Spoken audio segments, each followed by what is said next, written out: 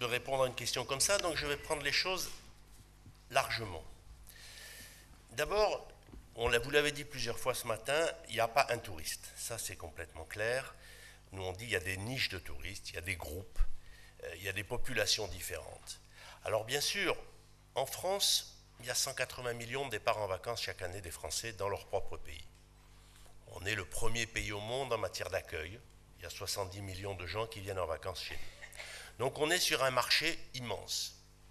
Mais ce n'est pas une masse, ce n'est pas une foule, c'est des réseaux, c'est des populations qui ont des habitudes, c'est une mémoire souvent extrêmement longue. Vous savez que 50% des gens se baignent toujours sur la même plage parce qu'ils ont peur de l'eau, ils ont peur de perdre leurs enfants, ils ont peur de ne pas connaître le territoire. Donc il y a d'immenses pesanteurs, et puis il y a des changements bien entendu. Mais il y a les deux. Faites aussi attention que l'authenticité d'un territoire, c'est en fait un spectacle, c'est une mise en scène. Ce n'est pas forcément l'habitant qui est le meilleur pour dire son territoire, parce que l'authenticité, c'est dans l'œil de l'autre qu'il faut la voir. Quand vous prenez par exemple les gîtes ruraux en France, ceux qui marchent le mieux sont souvent tenus par des étrangers. Parce qu'au fond, c'est eux qui ont choisi un endroit et ils savent pourquoi ils l'ont choisi. Et donc ce qu'ils racontent, c'est le choix qu'ils ont fait. Et donc faisons très attention à toutes ces constructions. Il ne suffit pas de dire je suis le plus beau, il ne suffit pas de dire je suis né là. C'est pas ça, c'est comme la beauté d'une femme. Ce qui la rend belle, c'est qu'on l'aime. C'est le regard qu'on porte. C'est pas simplement qu'elle se mire dans son miroir tous les matins. Donc regardons-nous bien dans l'œil de l'autre pour essayer effectivement de construire la mise en désir de son propre territoire. Et puis bien sûr, je vous l'ai dit, c'est un monde de niche le tourisme. J'y reviendrai tout à l'heure, mais nous sommes dans une société de plus en plus diverse. Et faites attention à une chose, c'est que vous êtes, vous les professionnels du tourisme, beaucoup plus homogènes que vos clientèles, beaucoup plus homogènes. Par définition, vous êtes dans un monde d'entreprises de taille moyenne ou petite, vous êtes attaché à un territoire, vous êtes souvent un peu plus conservateur en termes de valeurs, vos populations sont très diverses. Quelles sont vos politiques pour les homosexuels? Quelles sont vos politiques pour les femmes seules avec enfants? Quelles sont vos politiques pour les gens de couleur? Avez-vous des stratégies pour toutes ces niches de clientèle? Je le dis parce que souvent il y a de gros décalages entre les multiplicités des clientèles, de leurs valeurs, de leurs pratiques sociales, de leurs codes sociaux et les gens qui accueillent. C'est encore plus vrai quand je conseillais le président du Club Méditerranée. Là, vous alliez dans des villages. Les gens, ils regardaient la France à travers le journal de TF1. On aurait dit qu'ils avaient une espèce d'angoisse. Ils étaient à 3000 km de connaître la vie de leurs clients quand ils n'étaient pas dans le club. Et donc là, il y avait un écart considérable. Donc faites très attention, c'est pour ça que ce matin, je vais surtout vous parler des changements de la société. Parce qu'au fond, ce qui est le plus important, c'est de comprendre les changements de la société qui constituent vos touristes quand ils ne sont pas touristes. Leur mode de vie, leurs attentes, leurs angoisses, leurs pratiques. Donc c'est essentiellement ça dont je vais vous parler ce matin. Alors on m'a présenté comme étant un homme de Méditerranée, c'est vrai puisque je suis élu à Marseille.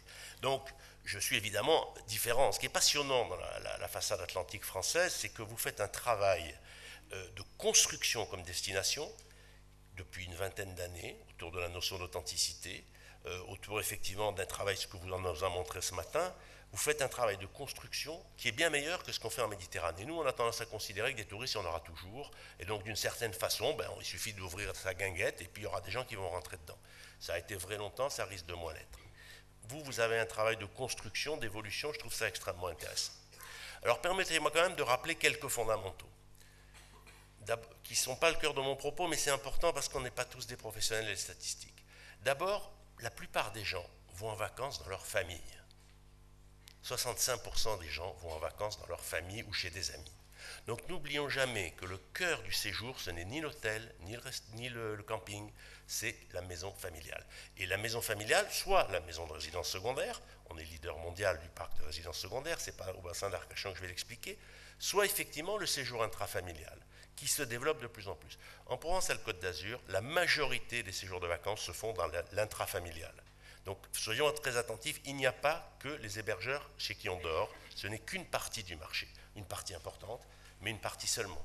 Et la dépense, pour être tout à fait en termes économiques, la dépense de celui qui séjourne chez des amis est à peu près de même nature que celui qui va à l'hôtel. Mais elle la dépense autrement. Vous êtes obligé de faire des cadeaux, d'amener vos amis au restaurant, etc. Donc soyons très attentifs à ça, ne soyons pas obsédés par l'hôtellerie et par l'accueil, ce n'est qu'une des parties du segment touristique. La deuxième chose, vous l'avez dit, mais il faut le redire, on est dans une société, je vais y revenir, si vous voulez, les vacances ont longtemps été un à côté, en réalité, de la société. Il y avait la société urbaine et du travail, pour aller vite, et puis à côté, il y avait les vacances. C'était la fenêtre. C'était la fenêtre dans l'année, c'était la fenêtre dans la vie. La société a profondément changé. Parce que la société, c'est ce que je vais essayer de vous montrer, s'est totalement réorganisée autour des valeurs des vacances. Le développement du jardin, le développement du point d'eau. La majorité des Français ont des jardins. Une considérable partie de la société a un point d'eau, soit une piscine, soit quelque chose de plus modeste. 11% des maisons sont en résidence secondaire, ça veut dire 25% des Français ont une résidence secondaire. Donc on a modifié nos modes de vie pour mélanger ce qu'on avait appris comme façon de vivre pendant les vacances et la façon dont on vivait dans les villes. Et donc du coup, les vacances, au fond, sont d'abord de moins en moins différentes des loisirs. Les loisirs, se baigner par exemple, est d'abord une activité de loisir aujourd'hui.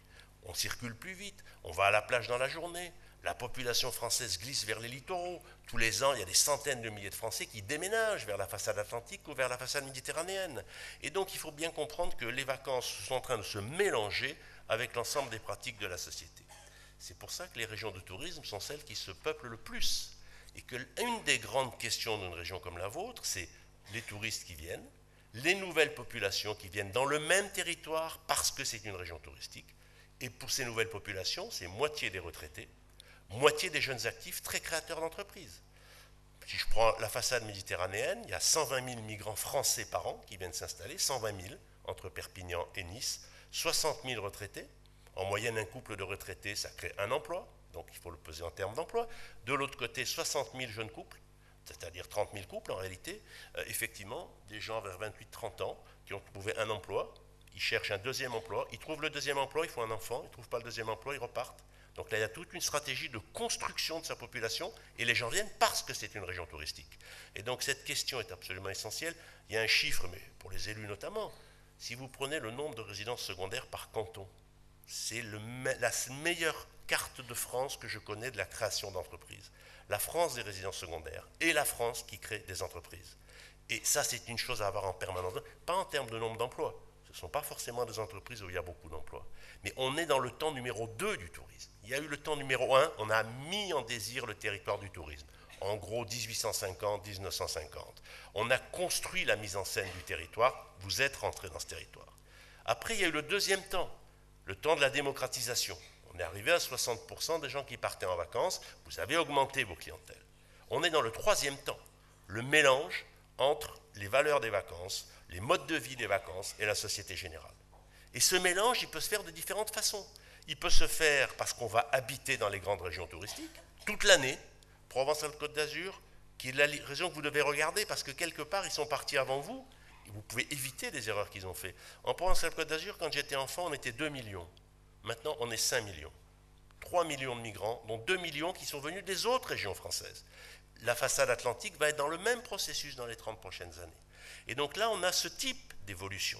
Mélange entre les pratiques de loisirs, les pratiques de vacances, migration des populations dans les grandes régions, stratégie vis-à-vis des migrants étrangers. Qu'est-ce que vous avez comme stratégie pour les retraités anglais, allemands, suédois? Vous en voulez, vous n'en voulez pas? Vous le faites comment? Comment on gère les problèmes interculturels qui se posent? Toutes ces questions sont devant vous, donc regardez-les aussi comme ça. Et puis n'oubliez jamais que dans les gens qui partent en vacances, d'abord il y a le tiers des gens qui ne partent pas. C'est un des produits les plus inégalitaires, les vacances. Il y a 40% des Français qui ne partent pas en vacances.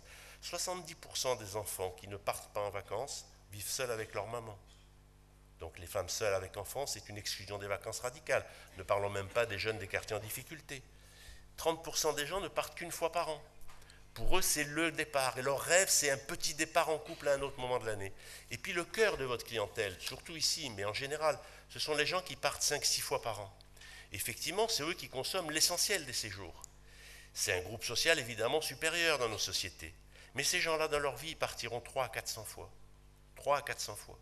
Et donc, comment ces gens-là, vous allez leur donner envie de revenir chez vous, mais pas forcément l'année d'après. Il y a ceux qui vont être fidèles parce qu'ils ont des amis, de la famille, une résidence secondaire.